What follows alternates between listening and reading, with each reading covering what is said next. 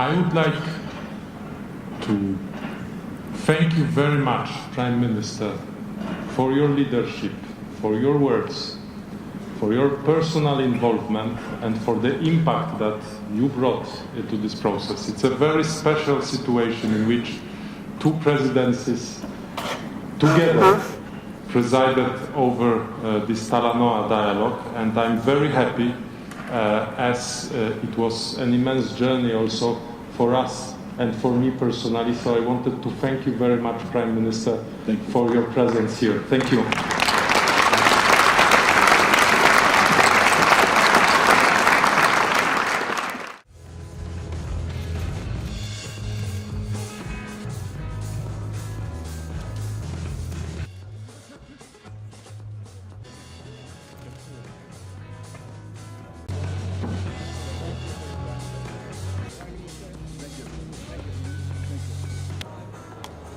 Seven.